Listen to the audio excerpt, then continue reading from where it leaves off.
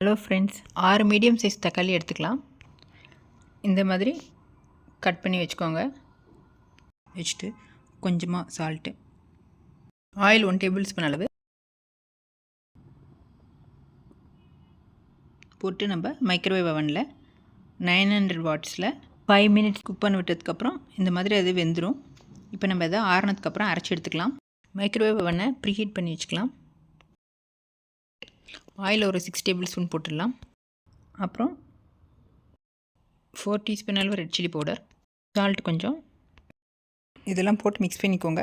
Mix பண்ணிவிட்டு நம்ம grill microwave காம்பினேஷனில் நம்ம ஒரு 180 வாட்ஸில் ஒரு 7 மினிட்ஸ் செட் பண்ணிடலாங்க. குக்காரத்துக்குள்ளே நம்ம கடுகு உளுத்தம் பருப்பு தாளிச்சிடலாம். தாளிச்சிட்டு இப்போ இதில் சேர்த்துட்டு மறுபடியும் ஒரு அதே கிரில் காம்பினேஷன் மோடில் ஒரு 3 மினிட்ஸ்க்கு குக் பண்ணி விட்டுருங்க. அவ்வளோதாங்க, நம்மளோட தக்காளி தொக்கு ரெடி ஆகிடுச்சி. தேங்க்யூ.